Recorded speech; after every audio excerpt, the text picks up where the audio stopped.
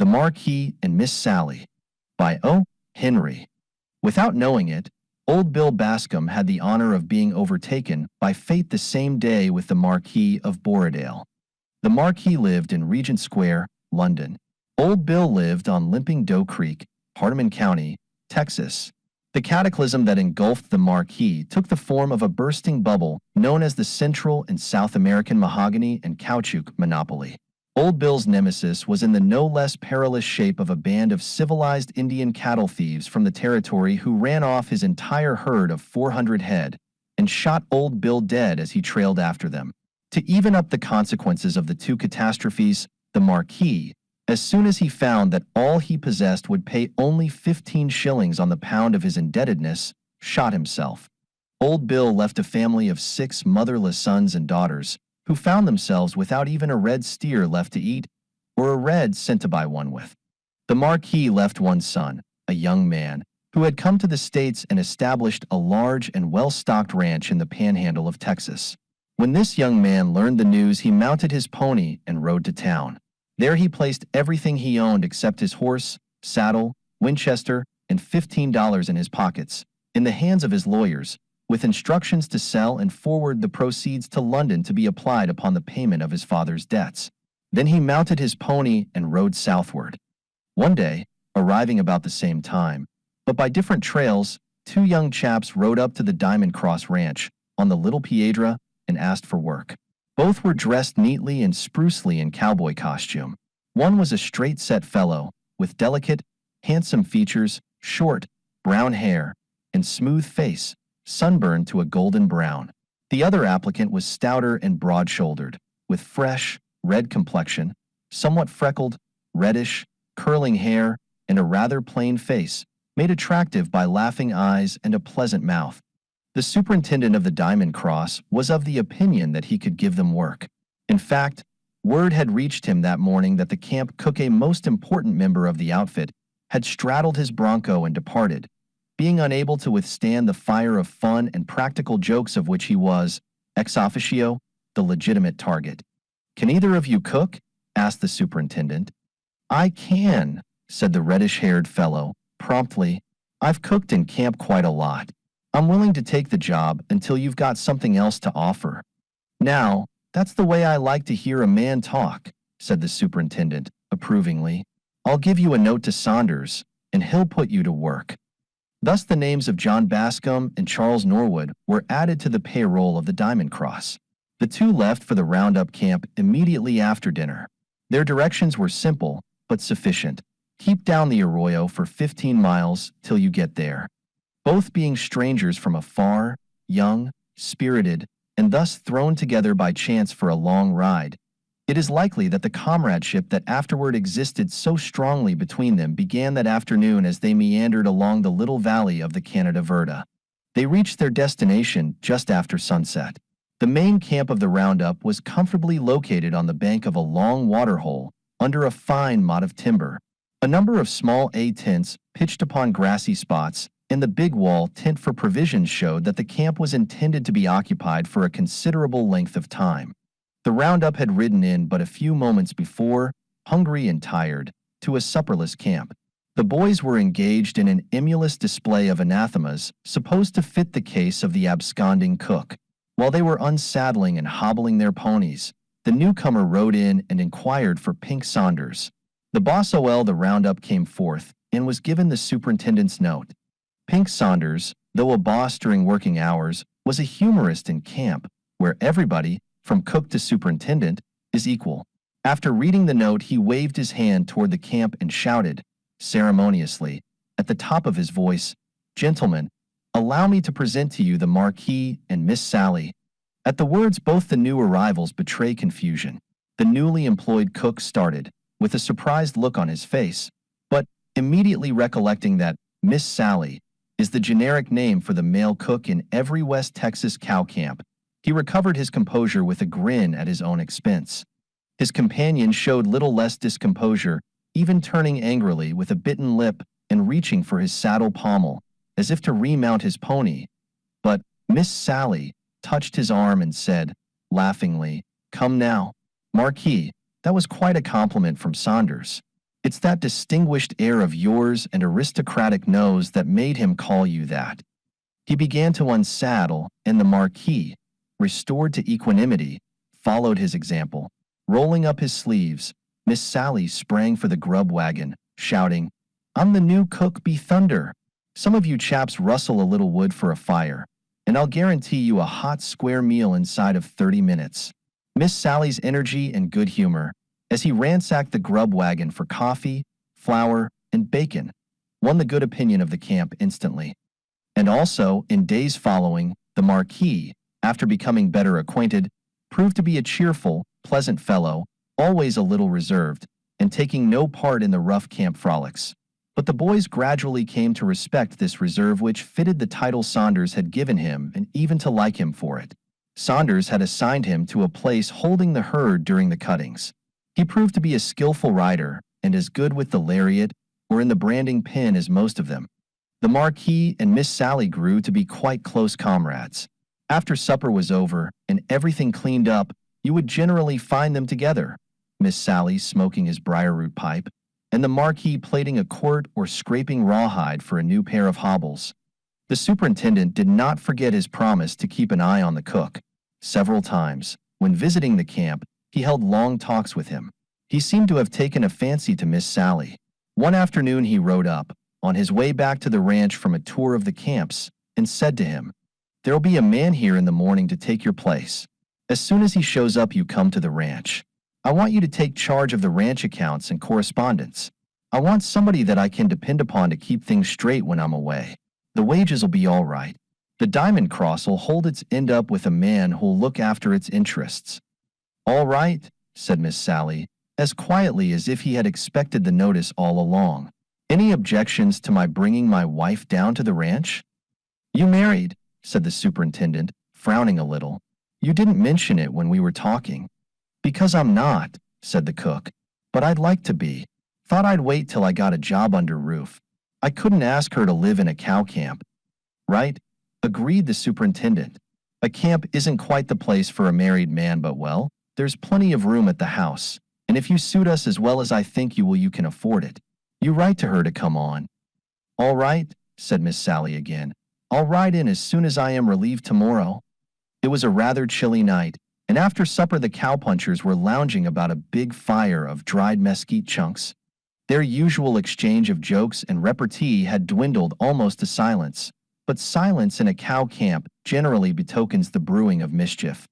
Miss Sally and the Marquis were seated upon a log, discussing the relative merits of the lengthened or shortened stirrup in long-distance riding. The Marquis arose presently and went to a tree nearby to examine some strips of rawhide he was seasoning for making a lariat. Just as he left, a little puff of wind blew some scraps of tobacco from a cigarette that Dry Creek Smithers was rolling into Miss Sally's eyes. While the cook was rubbing at them, with tears flowing, Phonograph Davis, so called on account of his strident voice, arose and began a speech. "Fellers and citizens, I desire to propound an interrogatory. What is the most grievous spectacle what the human mind can contemplate?" A volley of answers responded to his question. "A busted flush. A maverick when you ain't got your branding iron. Yourself. The hole in the end of some other feller's gun." "Shut up, you ignoramuses," said Old Taller, the fat cowpuncher. "Phony knows what it is. He's waitin' for to tell us." "No, fellers and citizens," continued Phonograph. "Them spectacles you've enumerated air sure grievous, and way up yonder close to the solution, but they ain't it. The most grievous spectacle air that," he pointed to Miss Sally, who was still rubbing his streaming eyes, "a trustin' and a inveigled female a weepin' tears on account of her heart bein' busted by a false deceiver. Ere we men or ere we catamounts to gaze upon the blightin' of our Miss Sally's affections by a aristocrat, which has come among us with his superior beauty and his glitterin' title to give the weeps to the lovely critter we air bound to protect. Ere we goin' to act like men, or ere we goin' to keep on eatin' soggy chuck from her cryin', so plentiful over the bread pan?" "It's a gallopin' shame," said Dry Creek with a sniffle. "It ain't human. I've noticed the varmint a palaverin' round her frequent. And him a Marquis. Ain't that a title, Phony?" It's something like a king, the Brushy Creek kid hastened to explain, only lower in the deck. Guess it comes in between the jack and the tin spot. Don't misconstruct me, went on phonograph, as undervaluatin the aristocrats. Some of 'em air proper people and can travel right along with the Watson boys. I've heard it some within myself. I've viewed the elephant with the mayor of Fort Worth, and I've listened to the owl with the general passenger agent of the Katy, and they can keep up with the procession from where you laid the chunk. But when a marquis monkeys with the innocent affections of a cook lady, may I inquire what the case seems to call for? The Leathers, shouted Dry Creek Smithers.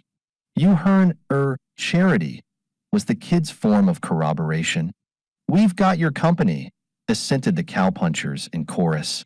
Before the Marquis realized their intention, two of them seized him by each arm and led him up to the log. Phonograph Davis, self-appointed to carry out the sentence, stood ready, with a pair of stout leather leggings in his hands.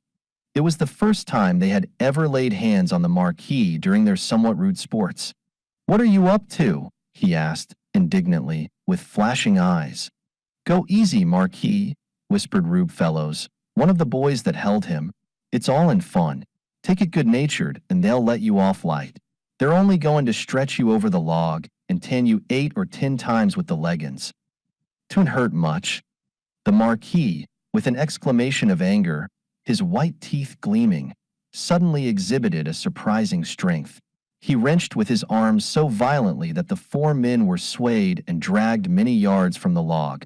A cry of anger escaped him, and then Miss Sally, his eyes cleared of the tobacco, saw, and he immediately mixed with the struggling group. But at that moment a loud "Hello" rang in their ears, and a buckboard drawn by a team of galloping mustangs spun into the campfire's circle of light.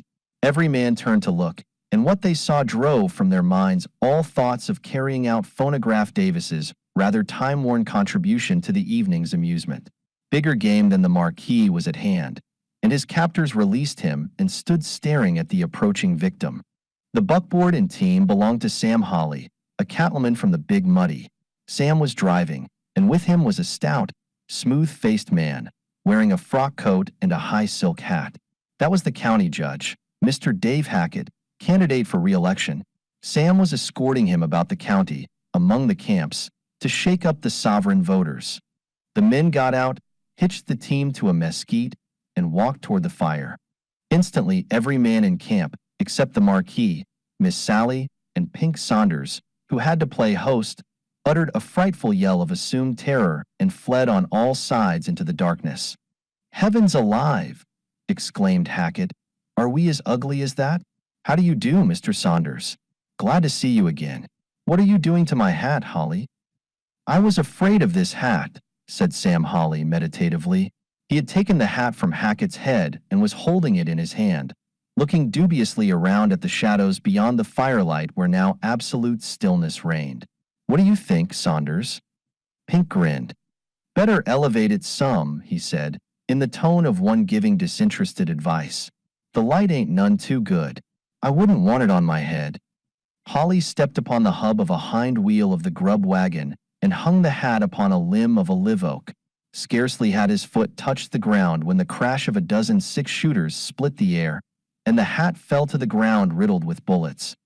A hissing noise was heard as if from a score of rattlesnakes, and now the cowpunchers emerged on all sides from the darkness, stepping high, with ludicrously exaggerated caution, and hissed to one another to observe the utmost prudence in approaching. They formed a solemn, wide circle about the hat, gazing at it in manifest alarm, and seized every few moments by little stampedes of panicky flight. It's the varmint, said one in odd tones, that flits up and down in the low grounds at night, saying, Willy Wallow. It's the venomous Kaiputum, proclaimed another. It stings after it's dead, and hollers after it's buried. It's the chief of the hairy tribe, said Phonograph Davis, but it's stone dead now, boys.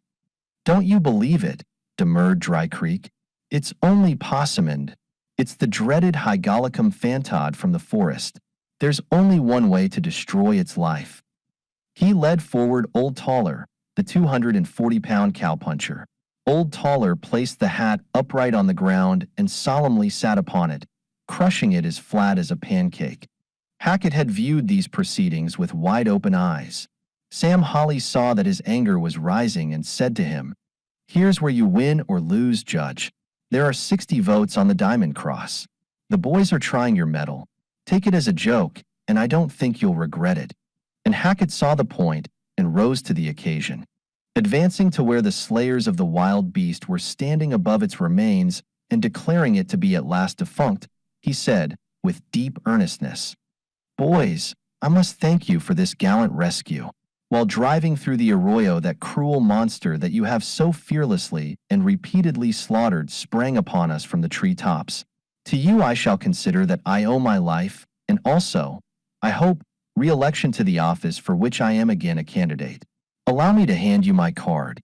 The cowpunchers, always so sober-faced while engaged in their monkey shines, relaxed into a grin of approval. But Phonograph Davis, his appetite for fun not yet appeased, had something more up his sleeve. "Pardner," he said, addressing Hackett with grave severity, "many a camp would be down on you for tunnin' loose a pernicious varmint like that in it. But, be in, as we all escaped without loss of life, we'll overlook it. You can play square with us if you'll do it." "How's that?" asked Hackett suspiciously. "You're authorized to perform the sacred rites and lefts of matrimony, are you not?" "Well, yes," replied Hackett. "A marriage ceremony conducted by me would be legal." "A wrong heir to be righted in this here camp," said Phonograppy, virtuously. "A aristocrat have slighted a humble but beauteous female what's pinnin' for his affections. It's the duty of the camp to drag forth the haughty descendant of 100 or maybe 125 earls, even so at the peant of a lariat, and jine him to the weepin' lady. Fellows, round up Miss Sally and the Marquis, there's going to be a weddin'." This whim of Phonograph's was received with whoops of appreciation. The cowpunchers started to apprehend the principles of the proposed ceremony. "Kindly prompt me," said Hackett, wiping his forehead, though the night was cool, "how far this thing is to be carried. And might I expect any further portions of my raiment to be mistaken for wild animals and killed?" "The boys are livelier than usual tonight," said Saunders. "The ones they are talking about marrying are 2 of the boys, a herd rider and the cook. It's another joke. You and Sam will have to sleep here tonight anyway. Perhaps you'd better see 'em through with it. Maybe they'll quiet down after that." The matchmakers found Miss Sally seated on the tongue of the grub wagon, calmly smoking his pipe. The Marquis was leaning idly against one of the trees under which the supply tent was pitched. Into this tent they were both hustled, and Phonograph, as master of ceremonies, gave orders for the preparations. "You, Dry Creek and Jimmy, and Ben and Tollerhump yourselves to the wildwood and Russell flowers for the blow-out mesquite'll do, and get that Spanish dagger blossom at the corner of the horse corral for the bride to pack. You, Limpy, get out that red and yaller blanket of yourn for Miss Sally Skyart. Marquis, you'll do thout fixin'. Nobody don't ever look at the groom." During their absurd preparation, the 2 principals were left alone for a few moments in the tent. The Marquis suddenly showed wild perturbation. "This foolishness must not go on," he said, turning to Miss Sally, a face white in the light of the lantern, hanging to the ridgepole. "Why not?" said the cook with an amused smile. "It's fun for the boys, and they've always let you off pretty light in their frolics. I don't mind it." "But you don't understand," persisted the Marquis, pleadingly. "That man is county judge, and his acts are binding. I can tow, you don't know." The cook stepped forward and took the Marquis's hands. "Sally Bascom," he said, "I know." "You know," faltered the Marquis, trembling, "and you want to. More than I ever wanted anything. Will you hear come the boys?" The cowpunchers crowded in, laden with armfuls of decorations. "Perfidious coyote," said Phonograph, sternly, addressing the Marquis. "Air you willing to patch up the damage you've did this air slab-sided but trustin' bunch o' calico by single-footin' easy to the altar, or will we have to rope ye and drag you thar?" The Marquis pushed back his hat and leaned jauntily against some high-piled sacks of beans. His cheeks were flushed and his eyes were shining. "Go on with the rat killin'. said B. A little while after a procession approached the tree under which Hackett, Holly, and Saunders were sitting smoking. Limpy Walker was in the lead, extracting a doleful tune from his concertina. Next came the bride and groom. The cook wore the gorgeous Navajo blanket tied around his waist and carried in one band the waxen white Spanish dagger blossom as large as a peck measure and weighing 15 pounds. His hat was ornamented with mesquite branches and yellow ratama blooms. A resurrected mosquito bar served as a veil.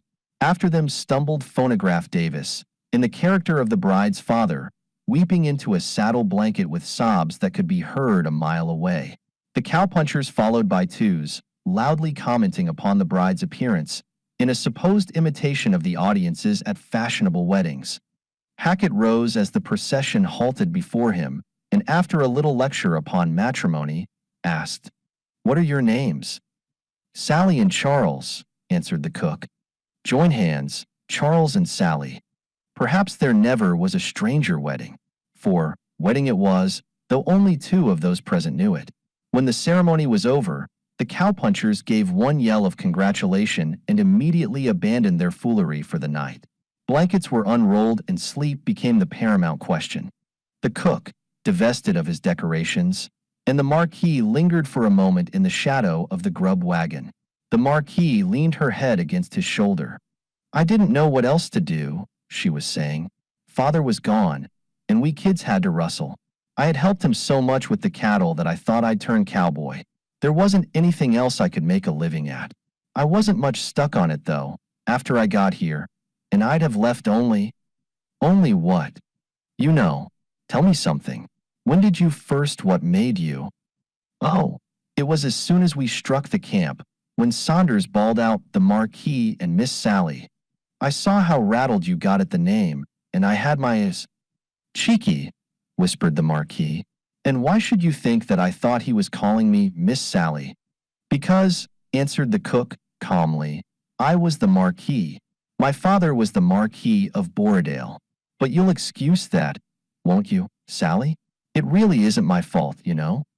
The Marionettes, by O. Henry.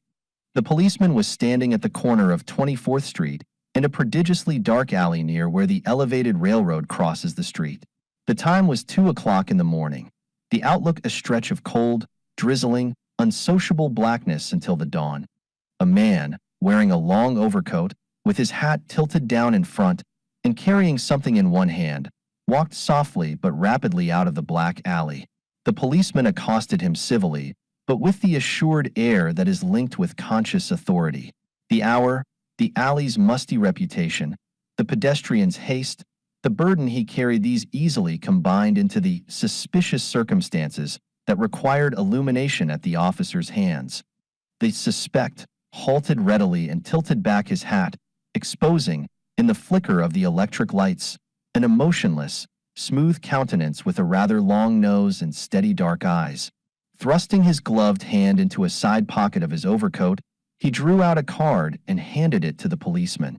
Holding it to catch the uncertain light, the officer read the name, Charles Spencer James, M.D.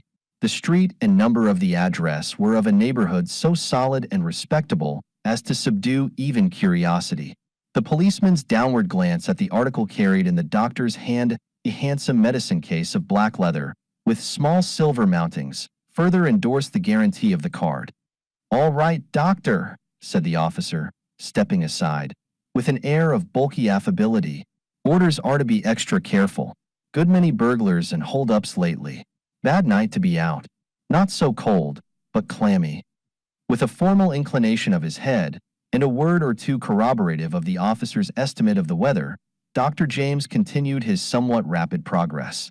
3 times that night had a patrolman accepted his professional card and the sight of his paragon of a medicine case as vouchers for his honesty of person and purpose.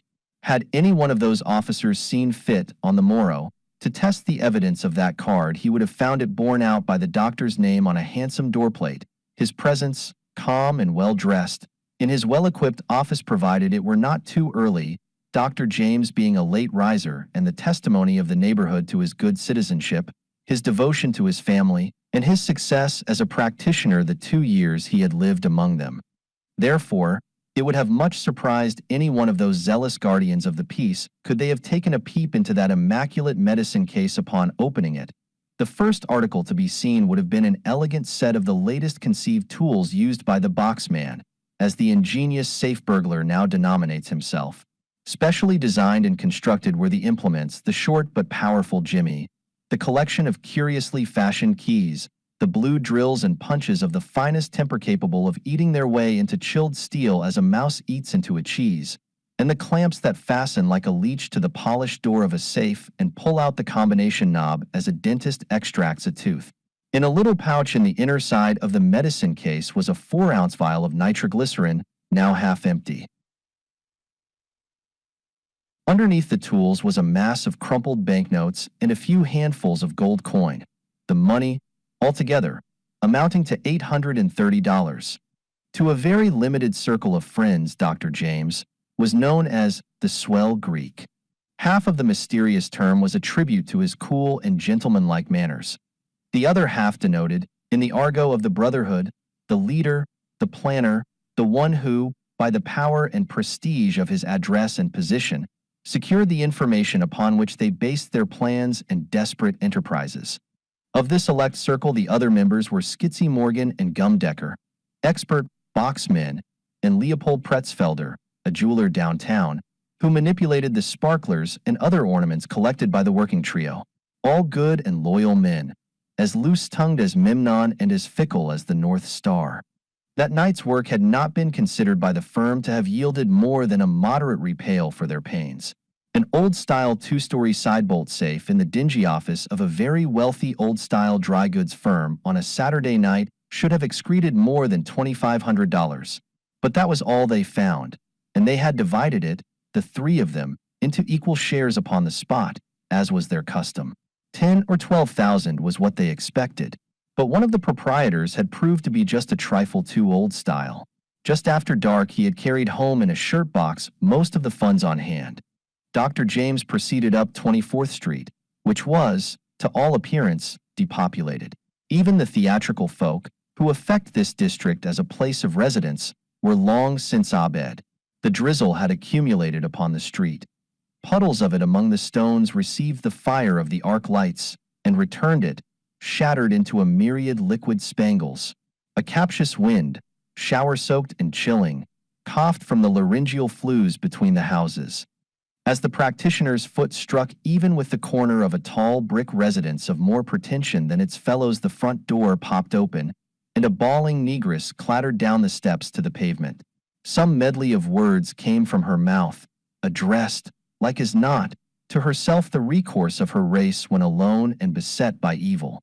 She looked to be one of that old vassal class of the South, voluble, familiar, loyal, irrepressible. Her person pictured it fat, neat, aproned, kerchiefed. This sudden apparition, spewed from the silent house, reached the bottom of the steps as Dr. James came opposite.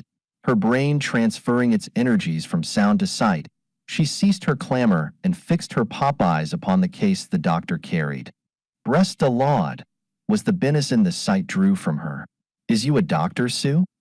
"Yes, I am a physician," said Dr. James, pausing. "Dinefo God's sake come and see Mr. Chandler, Sue. He done had a fit or sompin'. He layin' just like he was dead. Miss Amy sent me to get a doctor. Lord knows where old Cindy skeered one up from, if you, Sue, hadn't come along.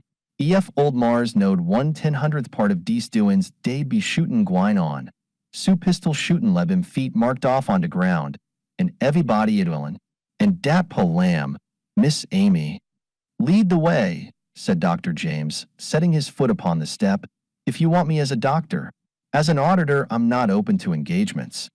The negress preceded him into the house and up a flight of thickly carpeted stairs. Twice they came to dimly lighted branching hallways. At the second one, the now panting conductress turned down a hall, stopping at a door and opening it. "I done brought de doctor, Miss Amy."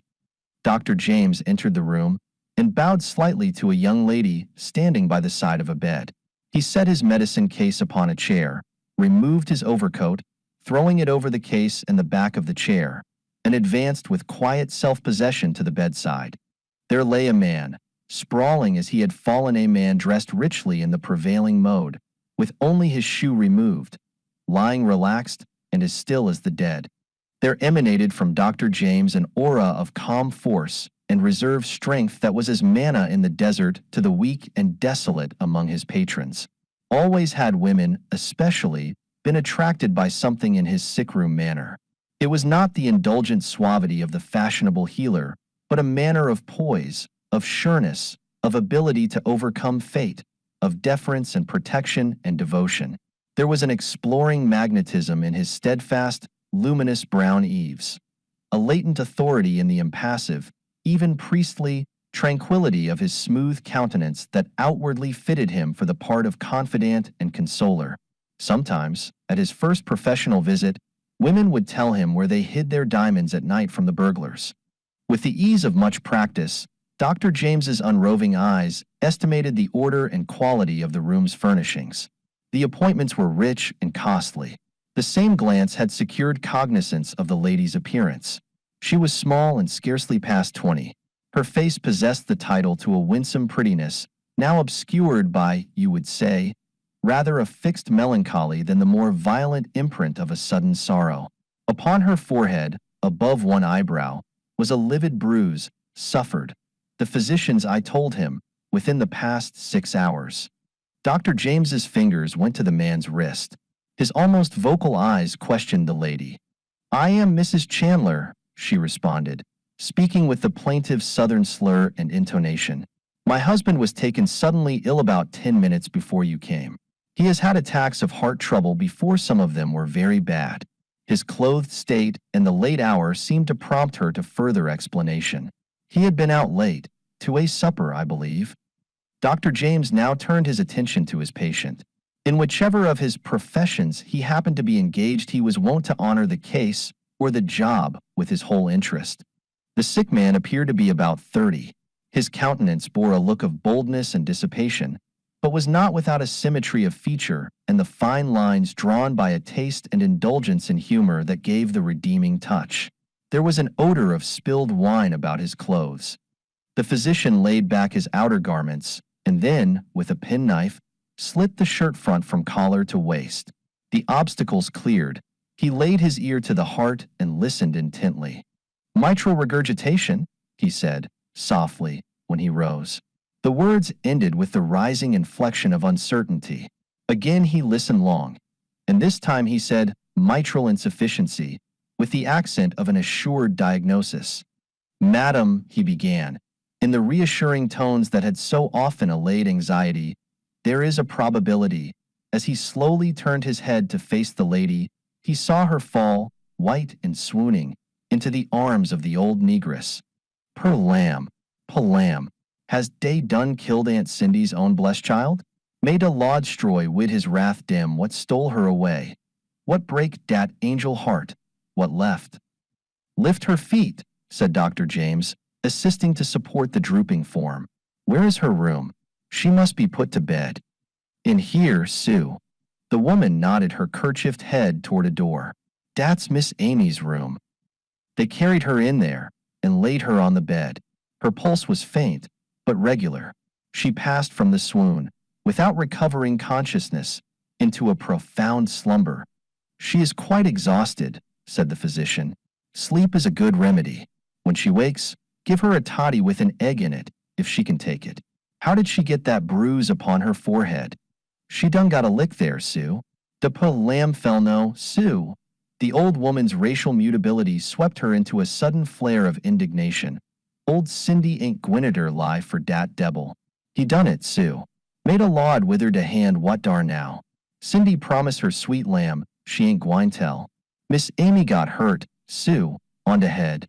Dr. James stepped to a stand where a handsome lamp burned and turned the flame low.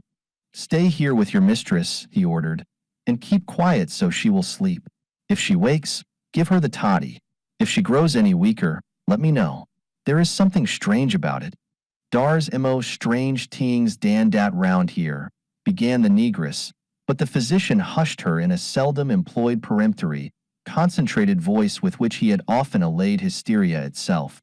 He returned to the other room, closing the door softly behind him. The man on the bed had not moved, but his eyes were open. His lips seemed to form words. Dr. James bent his head to listen. The money, was what they were whispering. "Can you understand what I say?" asked the doctor, speaking low, but distinctly. The head nodded slightly. "I am a physician, sent for by your wife. You are Mr. Chandler, I am told. You are quite ill. You must not excite or distress yourself at all." The patient's eyes seemed to beckon to him. The doctor stooped to catch the same faint words. "The money, the $20,000. Where is this money? In the bank?" The eyes expressed a negative. "Tell her," the whisper was growing fainter. "The $20,000 her money." His eyes wandered about the room. "You have placed this money somewhere?" Dr. James's voice was toiling like a siren's to conjure the secret from the man's failing intelligence. "Is it in this room?" He thought he saw a fluttering assent in the dimming eyes. The pulse under his fingers was as fine and small as a silk thread. There arose in Dr. James's brain and heart the instincts of his other profession.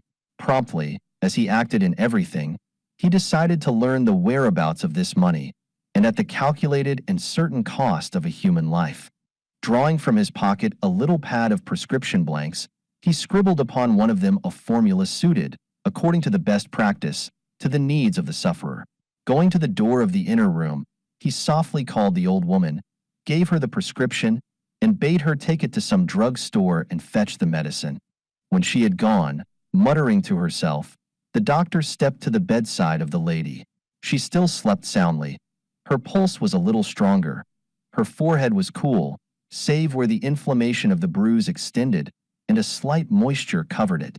Unless disturbed, she would yet sleep for hours. He found the key in the door and locked it after him when he returned. Dr. James looked at his watch. He could call half an hour his own, since before that time the old woman could scarcely return from her mission. Then he sought and found water in a pitcher and a glass tumbler. Opening his medicine case, he took out the vial containing the nitroglycerin, the oil, as his brethren of the brace and bit term it. One drop of the faint yellow, thickish liquid he let fall in the tumbler. He took out his silver hypodermic syringe case and screwed the needle into its place, carefully measuring each modicum of water in the graduated glass barrel of the syringe. He diluted the one drop with nearly half a tumbler of water. 2 hours earlier that night Dr. James had, with that syringe, injected the undiluted liquid into a hole drilled in the lock of a safe, and had destroyed, with one dull explosion, the machinery that controlled the movement of the bolts. He now purposed, with the same means, to shiver the prime machinery of a human being, to rend its heart. Each shock was for the sake of the money to follow. The same means, but in a different guise. Whereas, that was the giant in its rude, primary dynamic strength. This was the courtier, whose no less deadly arms were concealed by velvet and lace. For the liquid in the tumbler and in the syringe that the physician carefully filled was now a solution of glonoin, the most powerful heart stimulant known to medical science. 2 ounces had riven the solid door of the iron safe. With 1/50th part of a minim, he was now about to still forever the intricate mechanism of a human life. But not immediately. It was not so intended. First, there would be a quick increase of vitality, a powerful impetus given to every organ and faculty. The heart would respond bravely to the fatal spur. The blood in the veins return more rapidly to its source. But, as Dr. James well knew, overstimulation in this form of heart disease means death, as sure as by a rifle shot. When the clogged arteries should suffer congestion from the increased flow of blood pumped into them by the power of the burglar's oil, they would rapidly become no thoroughfare, and the fountain of life would cease to flow. The physician bared the chest of the unconscious Chandler. Easily and skillfully he injected, subcutaneously, the contents of the syringe into the muscles of the region over the heart. True to his neat habits in both professions, he next carefully dried his needle and reinserted the fine wire that threaded it when not in use. In 3 minutes Chandler opened his eyes and spoke, in a voice faint but audible, inquiring who attended upon him. Dr. James again explained his presence there. "Where is my wife?" asked the patient. "She is asleep from exhaustion and worry," said the doctor. "I would not awaken her unless—" It isn't necessary. Chandler spoke with spaces between his words caused by his short breath that some demon was driving too fast. She won't thank you to disturb her on my account. Dr. James drew a chair to the bedside. Conversation must not be squandered. A few minutes ago, he began, in the grave, candid tones of his other profession. You were trying to tell me something regarding some money. I do not seek your confidence, but it is my duty to advise you that anxiety and worry will work against your recovery. If you have any communication to make about this, to relieve your mind about this $20,000, I think was the amount you mentioned, you would better do so. Chandler could not turn his head, but he rolled his eyes in the direction of the speaker. Did I say where this money is? No, answered the physician. I only inferred, from your scarcely intelligible words, that you felt a solicitude concerning its safety. If it is in this room. Dr. James paused. Did he only seem to perceive a flicker of understanding, a gleam of suspicion upon the ironical features of his patient? Had he seemed too eager? Had he said too much? Chandler's next words restored his confidence. Where should it be, he gasped. But in the safe there?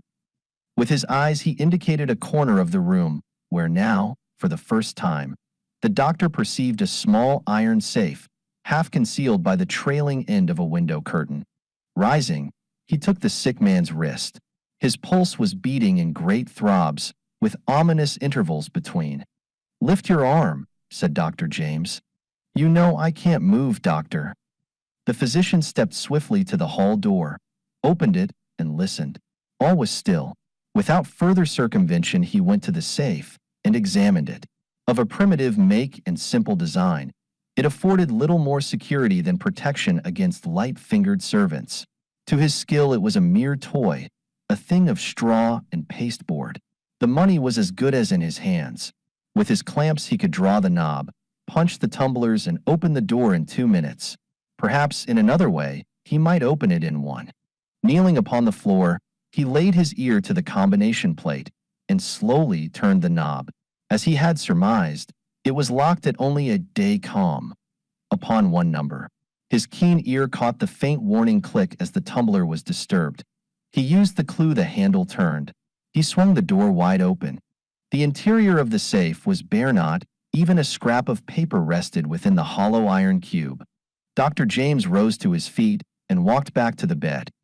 A thick dew had formed upon the dying man's brow, but there was a mocking, grim smile on his lips and in his eyes.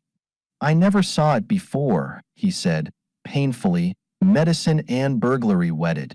Do you make the combination pay, dear doctor? Then that situation afforded, there was never a more rigorous test of Dr. James's greatness. Trapped by the diabolic humor of his victim into a position both ridiculous and unsafe, he maintained his dignity as well as his presence of mind. Taking out his watch, he waited for the man to die. You were just a shade too anxious about that money, but it never was in any danger from you, dear doctor. It's safe, perfectly safe. It's all in the hands of the bookmakers. 20,000 damies money. I played it at the races, lost every cent of it. I've been a pretty bad boy, burglar, excuse me, doctor, but I've been a square sport. I don't think I ever met such an 18-carat rascal as you are, doctor, excuse me, burglar, in all my rounds.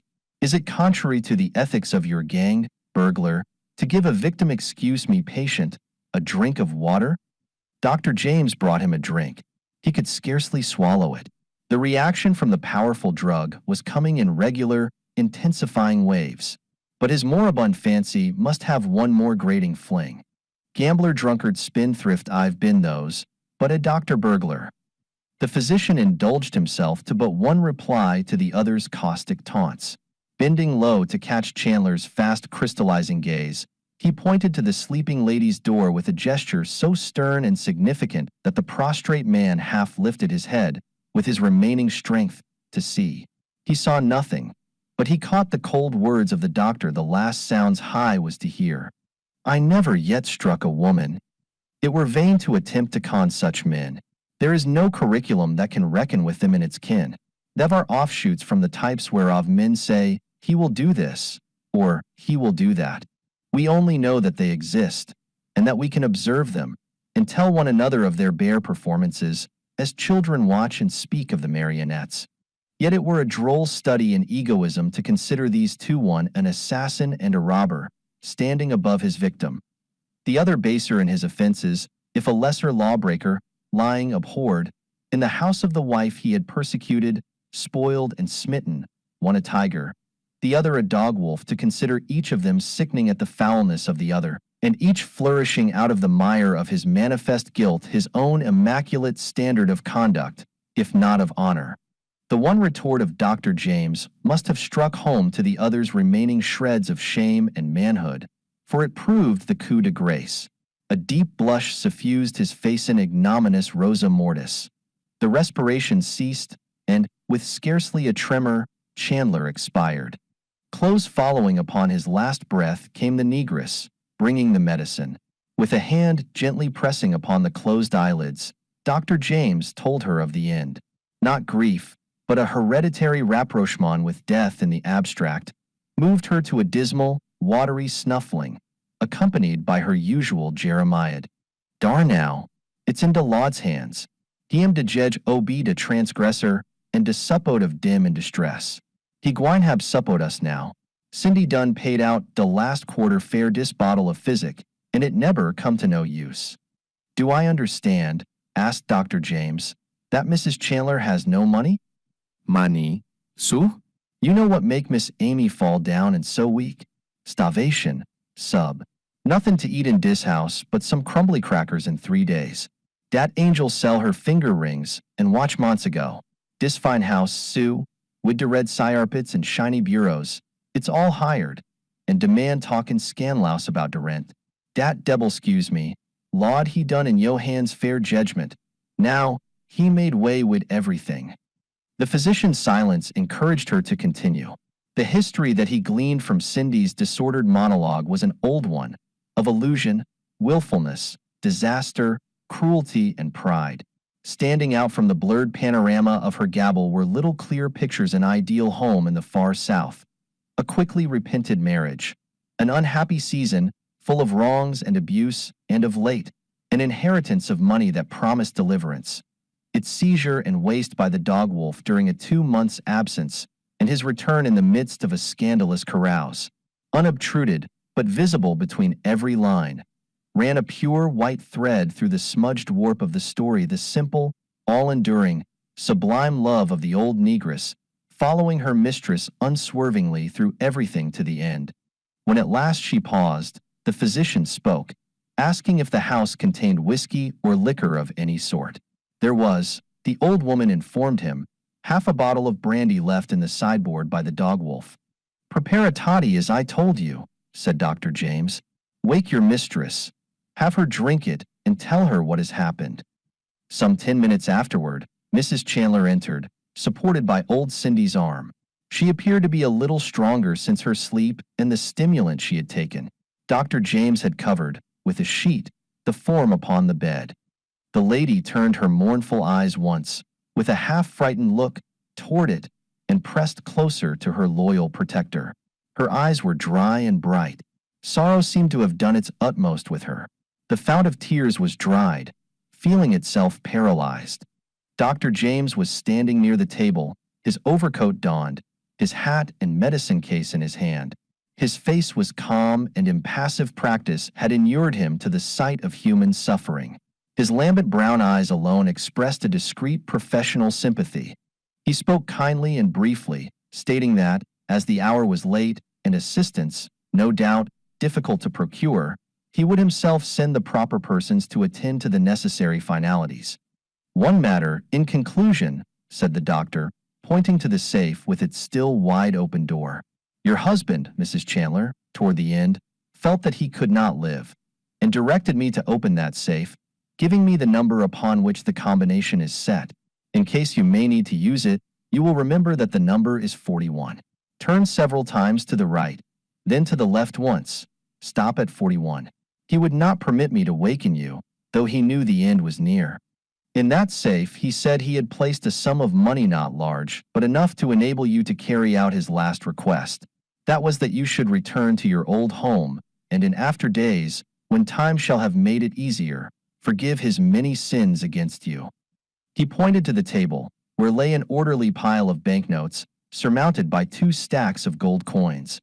"The money is there as he described it, $830. I beg to leave my card with you, in case I can be of any service later on." So, he had thought of her and kindly at the last. So late, and yet the lie fanned into life one last spark of tenderness where she had thought all was turned to ashes and dust. She cried aloud, "Rob, Rob." She turned, and upon the ready bosom of her true servitor, diluted her grief in relieving tears. It is well to think, also, that in the years to follow, the murderer's falsehood shone like a little star above the grave of love, comforting her, and gaining the forgiveness that is good in itself, whether asked for or no. Hushed and soothed upon the dark bosom, like a child, by a crooning, babbling sympathy, at last she raised her head, but the doctor was gone. The Man Higher Up, by O. Henry. Across our 2 dishes of spaghetti, in a corner of Provenzano's restaurant, Jeff Peters was explaining to me the 3 kinds of graft. Every winter Jeff comes to New York to eat spaghetti, to watch the shipping in East River from the depths of his chinchilla overcoat, and to lay in a supply of Chicago-made clothing at one of the Fulton Street stores. During the other 3 seasons, he may be found further west. His range is from Spokane to Tampa. In his profession, he takes a pride which he supports and defends with a serious and unique philosophy of ethics. His profession is no new one. He is an incorporated, uncapitalized, unlimited asylum for the reception of the restless and unwise dollars of his fellow men. In the wilderness of stone in which Jeff seeks his annual lonely holiday, he is glad to palaver of his many adventures, as a boy will whistle after sundown in a wood. Wherefore, I mark on my calendar the time of his coming, and open a question of privilege at Provenzano's concerning the little wine-stained table in the corner between the rakish rubber plant and the framed Palazzo della something on the wall. "There are 2 kinds of graft," said Jeff, "that ought to be wiped out by law. I mean Wall Street speculation and burglary." "Nearly everybody will agree with you as to one of them," said I with a laugh. "Well, burglary ought to be wiped out too," said Jeff, and I wondered whether the laugh had been redundant. "About 3 months ago," said Jeff, "it was my privilege to become familiar with a sample of each of the aforesaid branches of illegitimate art. I was /sine K Grata / with a member of the Housebreakers Union and one of the John D. Napoleons of finance at the same time." "Interesting combination," said I, with a yawn. "Did I tell you I bagged a duck and a ground squirrel at one shot last week over in the Ramapos?" I knew well how to draw Jeff's stories. "Let me tell you first about these barnacles that clog the wheels of society by poisoning the springs of rectitude with their upas-like eye," said Jeff, with the pure gleam of the muckraker in his own. "As I said, 3 months ago I got into bad company. There are 2 times in a man's life when he does this: when he's dead broke, and when he's rich. Now and then the most legitimate business runs out of luck. It was out in Arkansas. I made the wrong turn at a crossroad, and drives into this town of Peavine by mistake. It seems I had already assaulted and disfigured Peavine the spring of the year before. I had sold $600 worth of young fruit trees there, plums, cherries, peaches, and pears. The Peaviners were keeping an eye on the country road and hoping I might pass that way again. I drove down Main Street as far as the Crystal Palace drugstore before I realized I had committed ambush upon myself and my white horse Bill. The Peaviners took me by surprise and Bill by the bridle and began a conversation that wasn't entirely disassociated with the subject of fruit trees. A committee of them ran some trace chains through the armholes of my vest and escorted me through their gardens and orchards. Their fruit trees hadn't lived up to their labels. Most of them had turned out to be persimmons and dogwoods, with a grove or 2 of blackjacks and poplars. The only one that showed any signs of bearing anything was a fine young cottonwood that had put forth a hornet's nest and half of an old corset cover. The Peaviners protracted our fruitless stroll to the edge of town. They took my watch and money on account, and they kept Bill and the wagon as hostages. They said the first time one of them dogwood trees put forth an Amston's June peach, I might come back and get my things. Then they took off the trace chains and jerked their thumbs in the direction of the Rocky Mountains, and I struck a Lewis and Clark lope for the swollen rivers and impenetrable forests. When I regained intellectualness, I found myself walking into an unidentified town on the A.T. and AMP.SF railroad. The Peaviners hadn't left anything in my pockets except a plug of chewing. They wasn't after my life, and that saved it. I bit off a chunk and sits down on a pile of ties by the track to recogitate my sensations of thought and perspicacity. And then along comes a fast freight which slows up a little at the town, and off of it drops a black bundle that rolls for 20 yards in a cloud of dust, and then gets up and begins to spit soft coal and interjections. I see it as a young man broad across the face, dressed more for Pullmans than freights, and with a cheerful kind of smile in spite of it all that made Phoebe Snow's job look like a chimney sweeps. "Fall off," says I. "Nunk," says he. Got off. Arrived at my destination. "What town is this?" "Haven't looked it up on the map yet," says I. "I got in about 5 minutes before you did. How does it strike you?" "Hard," says he, twisting one of his arms around. "I believe that shoulder no. It's all right." He stoops over to brush the dust off his clothes, when out of his pocket drops a fine, 9-inch burglar's steel jimmy. He picks it up and looks at me sharp, and then grins and holds out his hand. "Brother," says he, "greetings. Didn't I see you in southern Missouri last summer selling colored sand at $1/2 a teaspoonful to put into lamps to keep the oil from exploding?" "Oil," says I, "never explodes. It's the gas that forms that explodes." But I shakes hands with him anyway. "My name's Bill Bassett," says he to me, "and if you'll call it professional pride instead of conceit, I'll inform you that you have the pleasure of meeting the best burglar that ever set a gumshoe on ground drained by the Mississippi River." Well, me and this Bill Bassett sits on the ties and exchanges brags as artists and kindred lines will do. It seems he didn't have a cent, either, and we went into close caucus. He explained why an able burglar sometimes had to travel on freights by telling me that a servant girl had played him false in Little Rock, and he was making a quick getaway. "It's part of my business," says Bill Bassett, "to play up to the ruffles when I want to make a riffle as raffles. 'Tis loves that makes the bit go round. Show me a house with a swag in it and a pretty parlor maid, and you might as well call the silver melted down and sold, and me spilling truffles and that chateau stuff on the napkin under my chin, while the police are calling it an inside job just because the old lady's nephew teaches a Bible class. I first make an impression on the girl," says Bill, "and when she lets me inside I make an impression on the locks. But this one in Little Rock done me," says he. "She saw me taking a trolley ride with another girl, and when I came round on the night she was to leave the door open for me. It was fast, and I had keys made for the doors upstairs. But, no sir, she had sure cut off my locks. She was a Delilah," says Bill Bassett. It seems that Bill tried to break in anyhow with his jimmy, but the girl emitted a succession of bravura noises like the top riders of a tally-ho, and Bill had to take all the hurdles between there and depot. As he had no baggage, they tried hard to check his departure, but he made a train that was just pulling out. "Well," says Bill Bassett, "when we had exchanged memories of our dead lives, I could eat. This town don't look like it was kept under a Yale lock. Suppose we commit some mild atrocity that will bring in temporary expense money.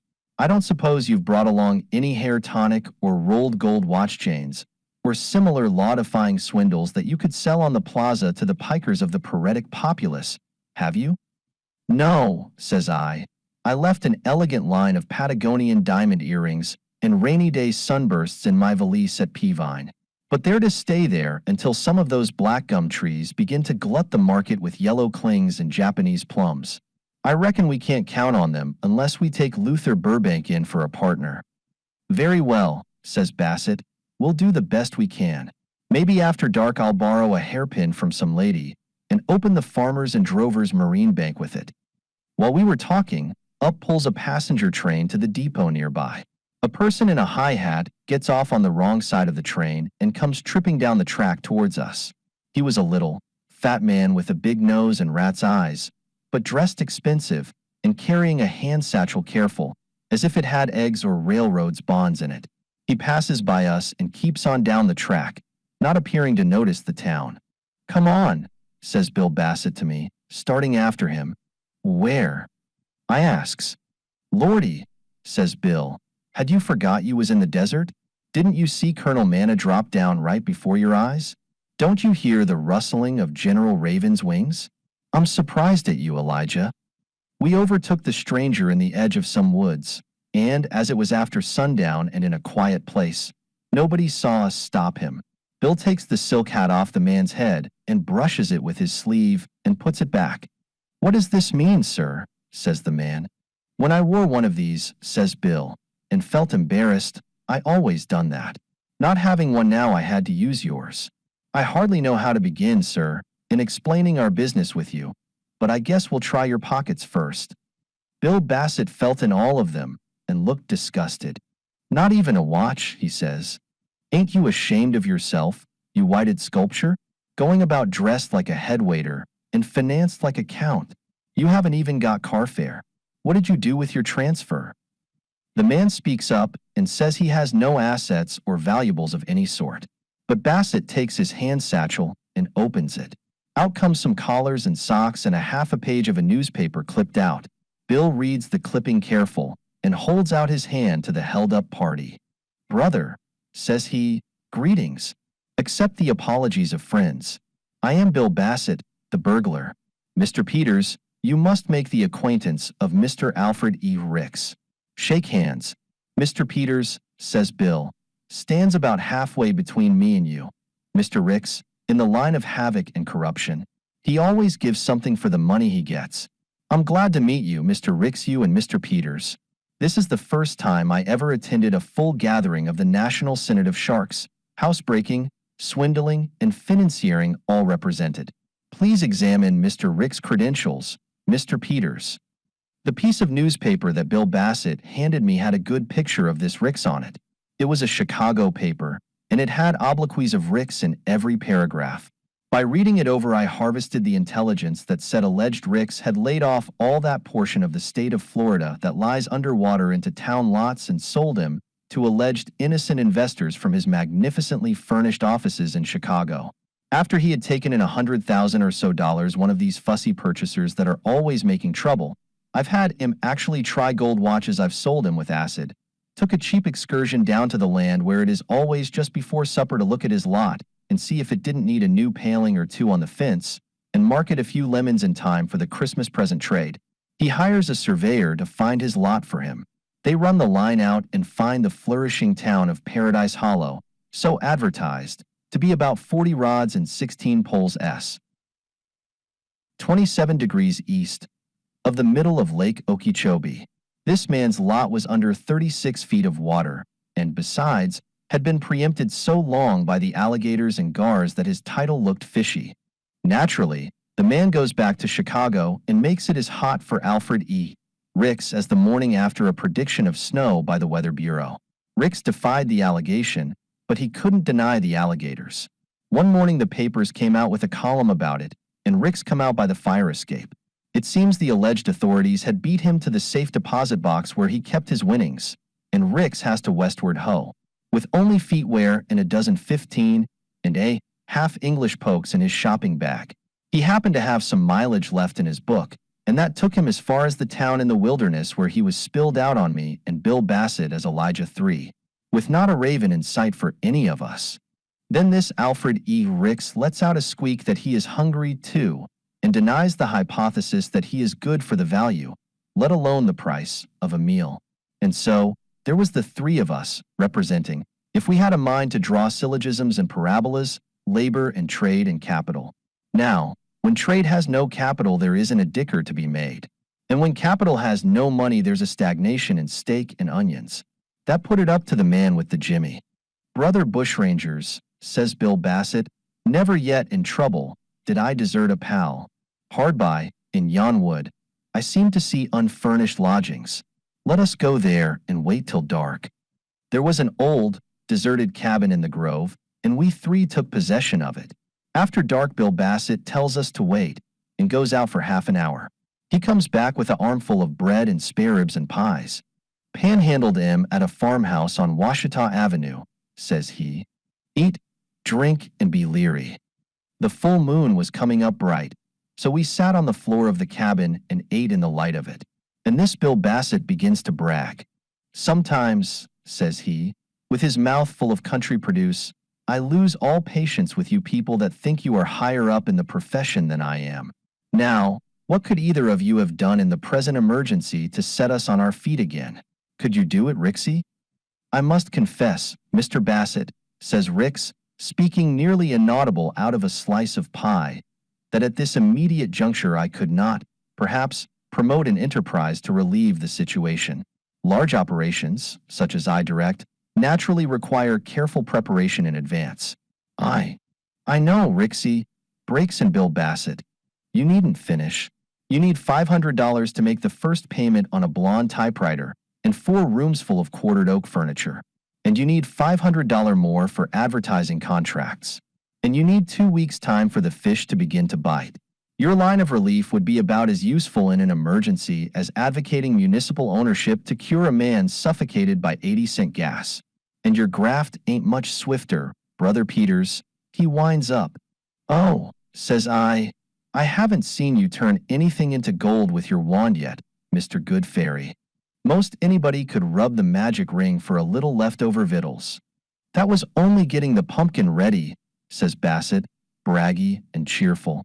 The coach and 6'll drive up to the door before you know it, Miss Cinderella. Maybe you've got some scheme under your sleeve, holders that will give us a start. Son, says I'm 15 years older than you are, and young enough yet to take out an endowment policy. I've been broke before.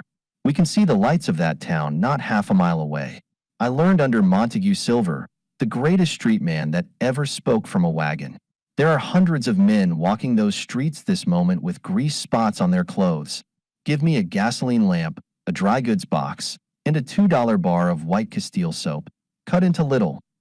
Where's your $2? Snickered Bill Bassett into my discourse. There was no use arguing with that burglar. No, he goes on. You're both babes in the wood. Finance has closed the mahogany desk, and trade has put the shutters up. Both of you look to labor to start the wheels going. All right, you admit it. Tonight I'll show you what Bill Bassett can do. Bassett tells me and Rix not to leave the cabin till he comes back, even if it's daylight, and then he starts off toward town, whistling gay. This Alfred E. Rix pulls off his shoes and his coat, lays a silk handkerchief over his hat, and lays down on the floor. I think I will endeavor to secure a little slumber, he squeaks. The day has been fatiguing. Good night, my dear Mr. Peters. My regards to Morpheus, says I. I think I'll sit up a while. About 2 o'clock, as near as I could guess by my watch in Peavine, home comes our laboring man and kicks up Rix, and calls us to the streak of bright moonlight shining in the cabin door. Then he spreads out 5 packages of $1,000 each on the floor, and begins to cackle over the nest egg like a hen. I'll tell you a few things about that town, says he. It's named Rocky Springs, and they're building a Masonic temple, and it looks like the Democratic candidate for mayor is going to get soaked by a pop, and Judge Tucker's wife, who has been down with pleurisy, is getting some better. I had a talk on these Lilliputian theses before I could get a siphon in the fountain of knowledge that I was after. And there's a bank there called the Lumberman's Fidelity and Plowman Savings Institution. It closed for business yesterday with $23,000 cash on hand. It will open this morning with $18,000, all silver. That's the reason I didn't bring more. There you are, trade and capital. Now, will you be bad? My young friend, says Alfred E. Rix, holding up his hands, have you robbed this bank? Dear me, dear me. You couldn't call it that, says Bassett. Robbing sounds harsh. All I had to do was to find out what street it was on. That town is so quiet that I could stand on the corner and hear the tumblers clicking in that safe lock. Right to 45, left twice to 80, right once to 60, left to 15, as plain as the Yale captain giving orders in the football dialect. Now, boys, says Bassett, this is an early rising town. They tell me the citizens are all up and stirring before daylight. I asked what for, and they said because breakfast was ready at that time. And what of Merry Robin Hood? It must be yoicks. And away with the Tinker's chorus. I'll stake you. How much do you want? Speak up. Capital.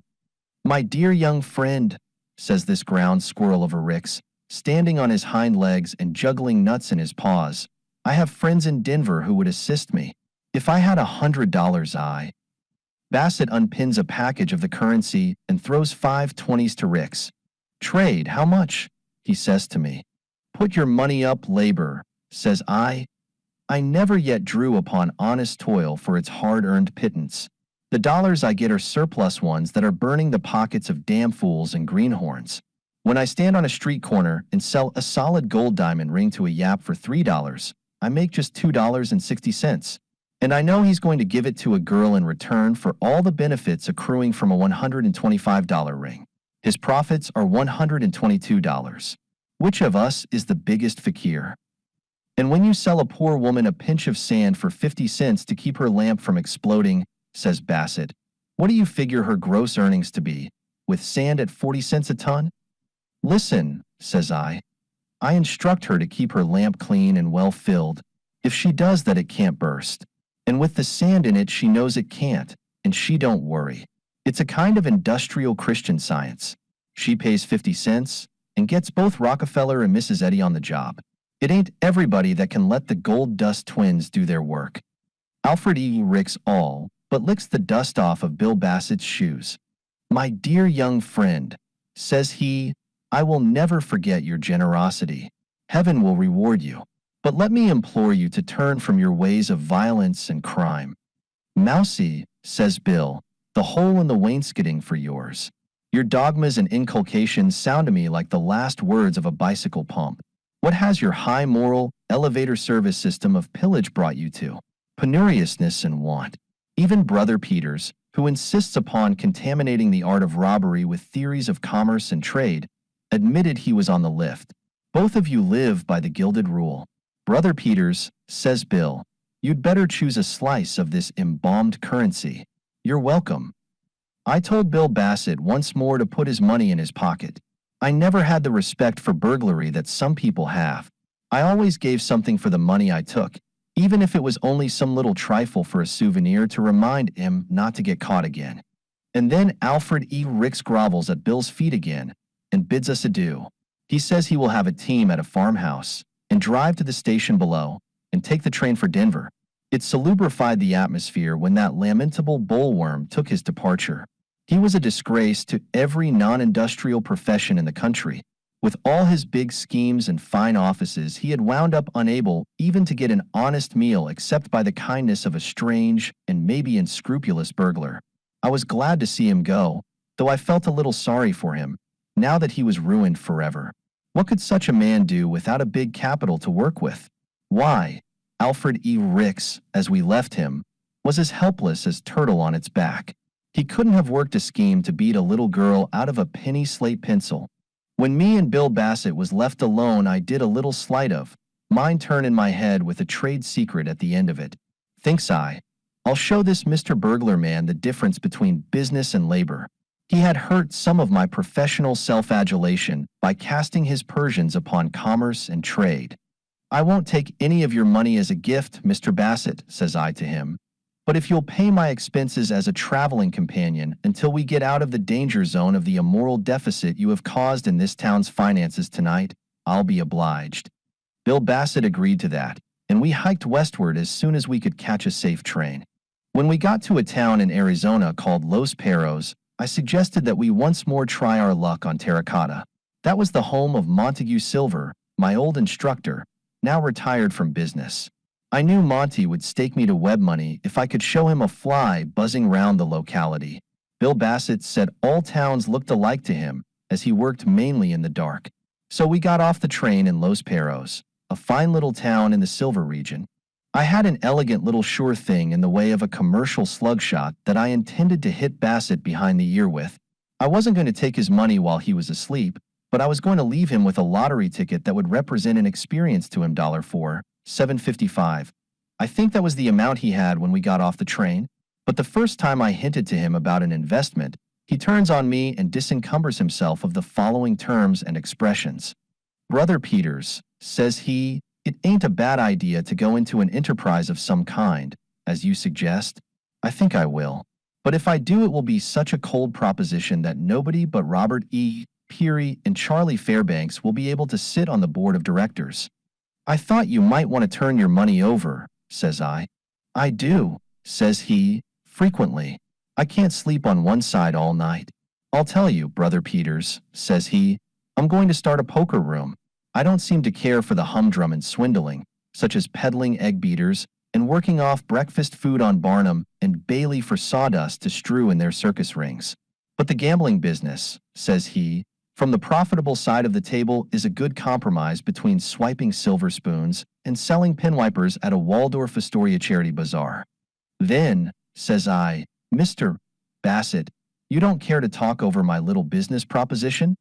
Why, says he, do you know? You can't get a Pasteur Institute to start up within 50 miles of where I live. I bite so seldom. So, Bassett rents a room over a saloon and looks around for some furniture and chromos. The same night I went to Monty Silver's house, and he let me have $200 on my prospects. Then I went to the only store in Los Perros that sold playing cards and bought every deck in the house. The next morning when the store opened, I was there bringing all the cards back with me. I said that my partner that was going to back me in the game had changed his mind, and I wanted to sell the cards back again. The storekeeper took him at half price. Yes, I was $75 loser up to that time. But while I had the cards that night, I marked everyone in every deck. That was labor. And then trade and commerce had their innings, and the bread I had cast upon the waters began to come back in the form of cottage pudding with wine sauce. Of course, I was among the first to buy chips at Bill Bassett's game. He had bought the only cards there was to be had in town, and I knew the back of every one of them better than I know the back of my head when the barber shows me my haircut in the two mirrors. When the game closed, I had the $5,000 and a few odd dollars, and all Bill Bassett had was the Wanderlust and a black cat he had bought for a mascot. Bill shook hands with me when I left. Brother Peters, says he, I have no business being in business. I was preordained to labor. When a number one burglar tries to make a James out of his Jimmy, he perpetrates an improfundity. You have a well-oiled and efficacious system of luck at cards, says he. Peace go with you. And I never afterward sees Bill Bassett again. Well, Jeff, said I, when the Autolycan adventurer seemed to have divulged the gist of his tale, I hope you took care of the money. That would be a respecta, that is a considerable working capital, if you should choose some day to settle down to some sort of regular business. Me, said Jeff, virtuously. You can bet I've taken care of that $5,000. He tapped his coat over the region of his chest exultantly. Gold mining stock, he explained, every cent of it. Shares par value $1. Bound to go up 500% within a year. Non-accessible. The blue gopher mine. Just discovered a month ago. Better get in yourself if you've any spare dollars on hand. Sometimes, said I, these mines are not. Oh, this one's solid as an old goose, said Jeff. $50,000 worth of or in sight, and 10%. Monthly earnings guaranteed. He drew out a long envelope from his pocket and cast it on the table. Always carry it with me, said he, so the burglar can't corrupt or the capitalist break in and water it. I looked at the beautifully engraved certificate of stock. In Colorado, I see, said I. And by the way, Jeff, what was the name of the little man who went to Denver, the one you and Bill met at the station? Alfred E. Ricks, said Jeff, was the Toad's designation. I see, said I. The president of this mining company signs himself A. L. Fredericks. I was wondering. Let me see that stock, said Jeff quickly, almost snatching it from me. To mitigate, even though slightly, the embarrassment, I summoned the waiter and ordered another bottle of the Barbera. I thought it was the least I could do. The Making of a New Yorker, by O. Henry. Besides many other things, Raggles was a poet. He was called a tramp, but that was only an elliptical way of saying that he was a philosopher, an artist, a traveler, a naturalist, and a discoverer.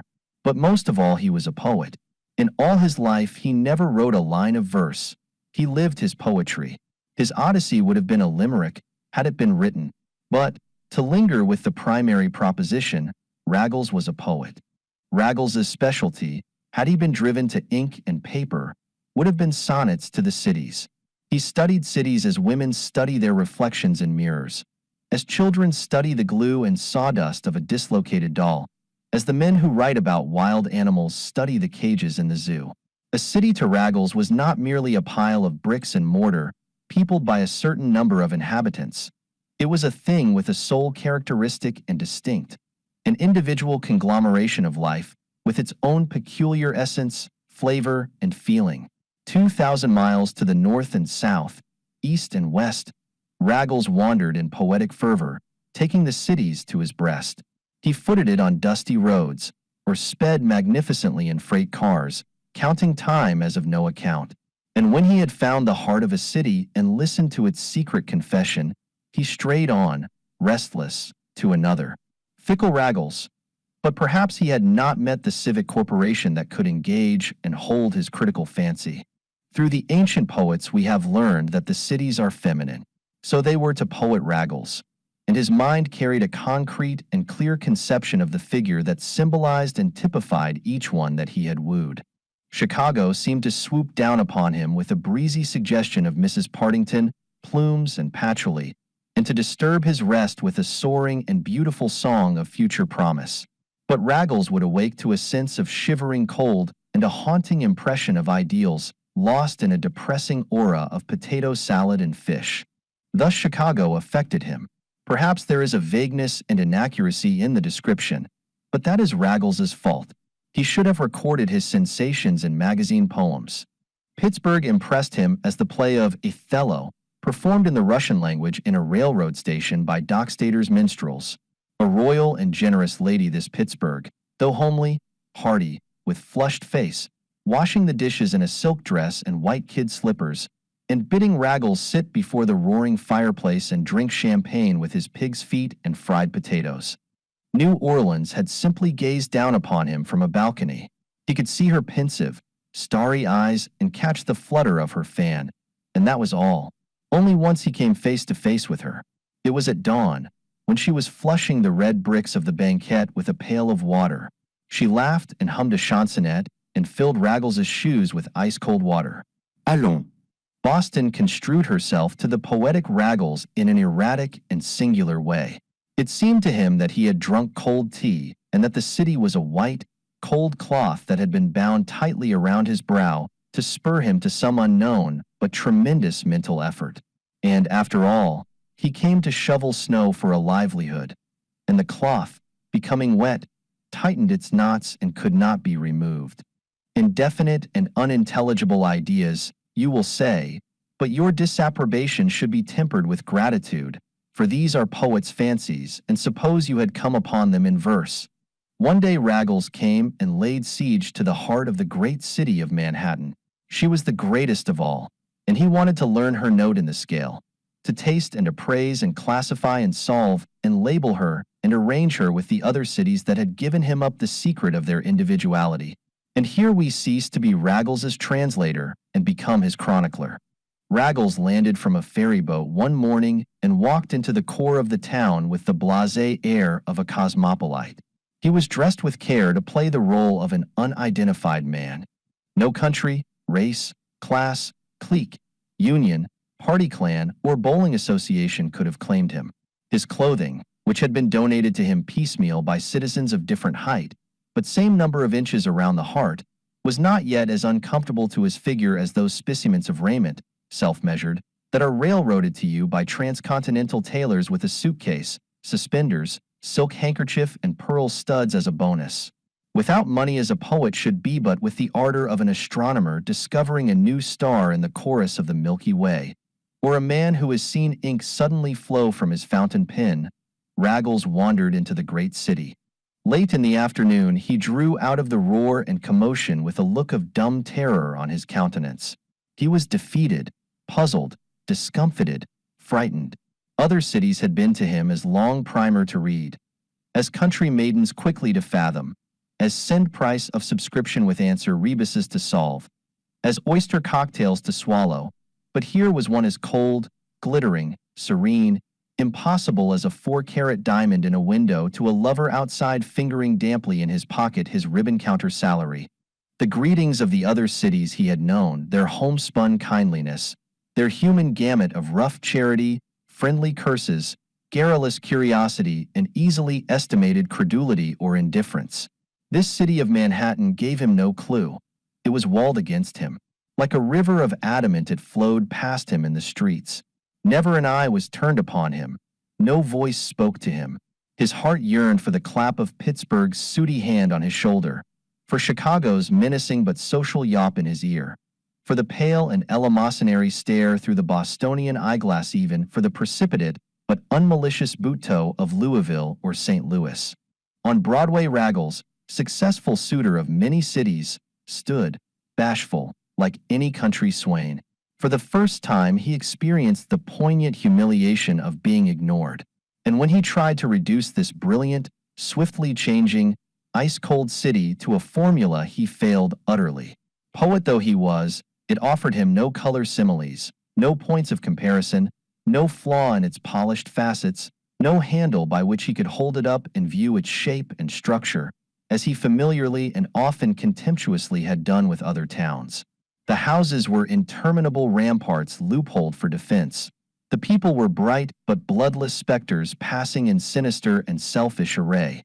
The thing that weighed heaviest on Raggles's soul and clogged his poet's fancy was the spirit of absolute egotism that seemed to saturate the people as toys are saturated with paint. Each one that he considered appeared a monster of abominable and insolent conceit. Humanity was gone from them. They were toddling idols of stone and varnish, worshipping themselves and greedy for though oblivious of worship from their fellow graven images. Frozen, cruel, implacable, impervious, cut to an identical pattern, they hurried on their ways like statues brought by some miracles to motion, while soul and feeling lay unaroused in the reluctant marble. Gradually Raggles became conscious of certain types. One was an elderly gentleman with a snow-white, short beard, pink, unwrinkled face and stony, sharp blue eyes, attired in the fashion of a gilded youth, who seemed to personify the city's wealth, ripeness, and frigid unconcern. Another type was a woman, tall, beautiful, clear as a steel engraving, goddess-like, calm, clothed like the princesses of old, with eyes as coldly blue as the reflection of sunlight on a glacier. And another was a byproduct of this town of marionettes, a broad, swaggering, grim, threateningly sedate fellow, with a jowl as large as a harvested wheat field, the complexion of a baptized infant and the knuckles of a prize fighter. This type leaned against cigar signs and viewed the world with frappéd contumely. A poet is a sensitive creature, and Raggles soon shriveled in the bleak embrace of the undecipherable. The chill, sphinx-like, ironical, illegible, unnatural, ruthless expression of the city left him downcast and bewildered. Had it no heart? Better the woodpile, the scolding of vinegar-faced housewives at back doors, the kindly spleen of bartenders behind provincial free lunch counters, the amiable truculence of rural constables, the kicks, arrests, and happy-go-lucky chances of the other vulgar, loud, crude cities than this freezing heartlessness. Raggles summoned his courage and sought alms from the populace.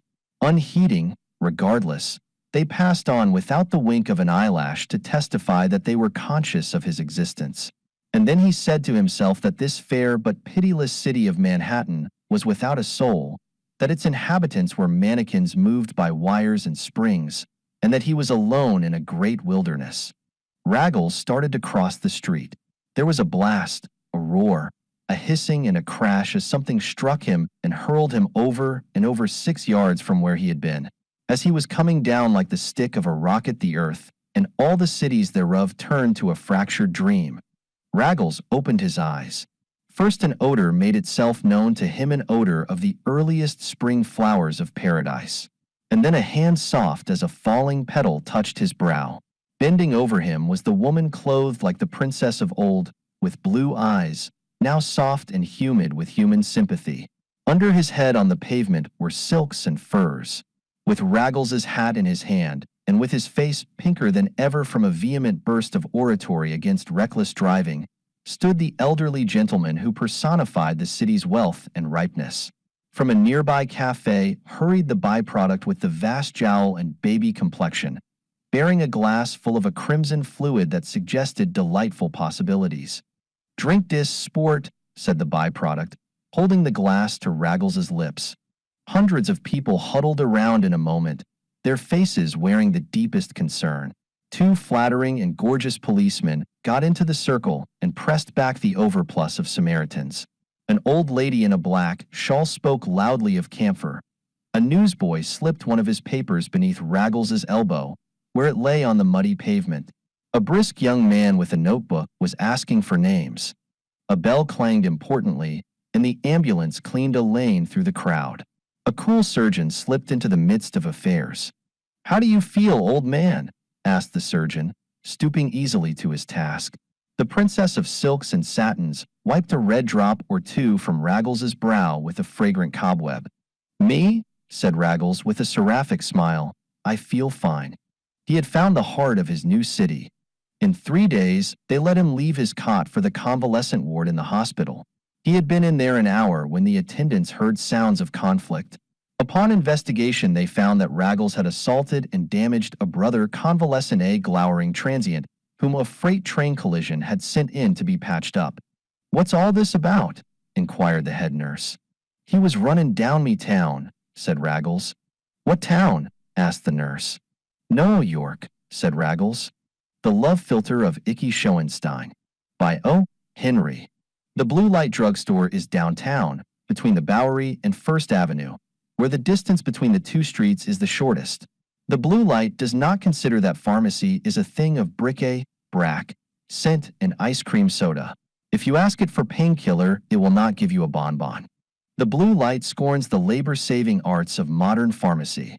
It macerates its opium and percolates its own laudanum and paregoric. To this day, pills are made behind its tall prescription desk, pills rolled out on its own pill tile, divided with a spatula, rolled with the finger and thumb, dusted with calcined magnesia, and delivered in little round pasteboard pillboxes. The store is on a corner about which coveys of ragged-plumed, hilarious children play and become candidates for the cough drops and soothing syrups that wait for them inside.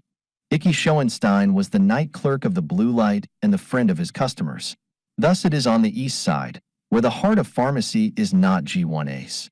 There, as it should be, the druggist is a counselor, a confessor, an advisor, an able and willing missionary and mentor whose learning is respected, whose occult wisdom is venerated, and whose medicine is often poured, untasted, into the gutter. Therefore Icky's corniform, bespectacled nose and narrow, knowledge-bowed figure was well known in the vicinity of the Blue Light, and his advice and notice were much desired. Icky roomed and breakfasted at Mrs. Riddle's 2 squares away. Mrs. Riddle had a daughter named Rosie. The circumlocution has been in vain, you must have guessed it, he adored Rosie. She tinctured all his thoughts. She was the compound extract of all that was chemically pure and officinal. The dispensatory contained nothing equal to her. But Icky was timid, and his hopes remained insoluble in the menstruum of his backwardness and fears. Behind his counter he was a superior being, calmly conscious of special knowledge and worth. Outside he was a weak-kneed, purblind, motorman-cursed rambler, with ill-fitting clothes stained with chemicals and smelling of socotrine aloes and valerianate of ammonia. The fly in Icky's ointment, thrice welcome, Pat Trope, was Chunk McGowan. Mr. McGowan was also striving to catch the bright smiles tossed about by Rosie. But he was no outfielder as Icky was. He picked them off the bat. At the same time, he was Icky's friend and customer, and often dropped in at the Blue Light drugstore to have a bruise painted with iodine or get a cut rubber plastered after a pleasant evening spent along the Bowery. One afternoon McGowan drifted in his silent, easy way and sat, comely, smooth-faced, hard, indomitable, good-natured, upon a stool. "Icky," said he, when his friend had fetched his mortar and sat opposite, grinding gum benzo into a powder, "get busy with your ear. It's drugs for me if you've got the line I need." Icky scanned the countenance of Mr. McGowan for the usual evidences of conflict, but found none. "Take your coat off," he ordered. "I guess already that you have been stuck in the ribs with a knife. I have many times told you those Dagos would do you up." Mr. McGowan smiled. "Not them," he said. "Not any Dagos. But you've located the diagnosis all right. Enough fits under my coat, near the ribs. Say, Icky, Rosie and me are going to run away and get married tonight." Icky's left forefinger was doubled over the edge of the mortar, holding it steady. He gave it a wild rap with the pestle, but felt it not. Meanwhile, Mr. McGowan's smile faded to a look of perplexed gloom. That is, he continued, if she keeps in the notion until the time comes.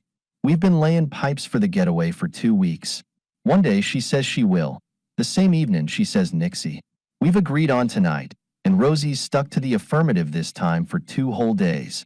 But it's 5 hours yet till the time, and I'm afraid she'll stand me up when it comes to the scratch. You said you wanted drugs, remarked Dickie.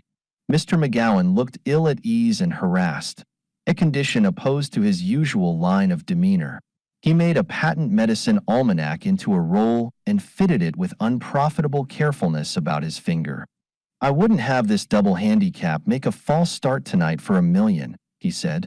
I've got a little flat up in Harlem already, with chrysanthemums on the table and a kettle ready to boil. And I've engaged a pulpit pounder to be ready at his house for us at 9.30. It's got to come off. And if Rosie don't change her mind again. Mr. McGowan ceased, a prey to his doubts. I don't see then yet, said Icky, shortly, what makes it that you talk of drugs, or what I can be doing about it. Old man Riddle don't like me a little bit, went on the uneasy suitor, bent upon marshalling his arguments. For a week he hasn't let Rosie step outside the door with me. If it wasn't for losing a boarder, they'd have bounced me long ago. I'm making $20 a week, and she'll never regret flying the coop with Chunk McGowan. You will excuse me, Chunk, said Icky. I must make a prescription that is to be called for soon. Say, said McGowan, looking up suddenly, say, Icky, ain't there a drug of some kinds, some kind of powders that 11 make a girl like you better if you give him to her? Icky's lip beneath his nose curled with the scorn of superior enlightenment. But before he could answer, McGowan continued. Tim Lacey told me he got some once from a croaker uptown and fed him to his girl in soda water. From the very first dose he was ace high, and everybody else looked like 30 cents to her.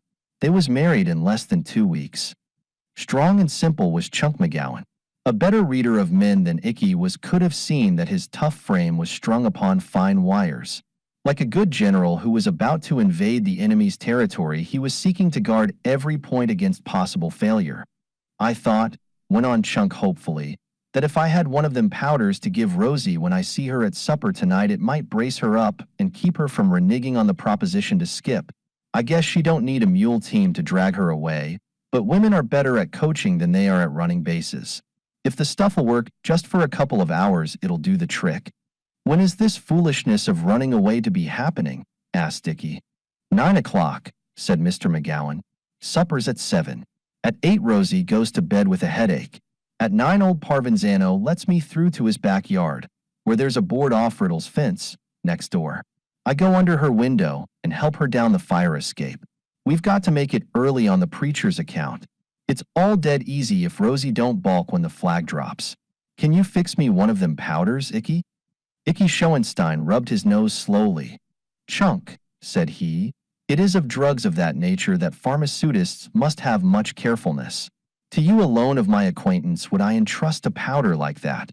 But for you I shall make it, and you shall see how it makes Rosie to think of you. Icky went behind the prescription desk. There he crushed to a powder 2 soluble tablets, each containing 1/4 of a grain of morphia. To them he added a little sugar of milk to increase the bulk, and folded the mixture neatly in a white paper. Taken by an adult, this powder would ensure several hours of heavy slumber without danger to the sleeper.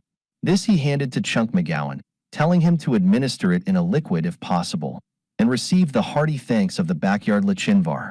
The subtlety of Icky's action becomes apparent upon recital of his subsequent move. He sent a messenger for Mr. Riddle and disclosed the plans of Mr. McGowan for eloping with Rosie. Mr. Riddle was a stout man, brick-dusty of complexion and sudden in action. Much obliged, he said briefly to Icky, the lazy Irish loafer. My own room's just above Rosie's. I'll just go up there myself after supper and load the shotgun and wait. If he comes in my backyard, he'll go away in an ambulance instead of a bridal chaise. With Rosie held in the clutches of Morpheus for a many hours' deep slumber, and the bloodthirsty parent waiting, armed and forewarned, Icky felt that his rival was close, indeed, upon discomfiture. All night in the blue light drug store he waited at his duties for chance news of the tragedy, but none came. At 8 o'clock in the morning, the day clerk arrived, and Icky started hurriedly for Mrs. Riddles to learn the outcome. And lo, as he stepped out of the store, who but Chunk McGowan sprang from a passing streetcar and grasped his hand. Chunk McGowan, with a victor's smile and flushed with joy. "Pulled it off," said Chunk with Elysium in his grin. "Rosie bit the fire escape on time to a second, and we was under the wire at the Reverend's at 9.301 quarter. She's up at the flat. She cooked eggs this morning in a blue kimono. How lucky I am. You must pace up some day, Icky, and feed with us. I've got a job down near the bridge, and that's where I'm heading for now." The powder," stammered Icky. "Oh, that stuff you gave me," said Chunk, broadening his grin. "Well, it was this way.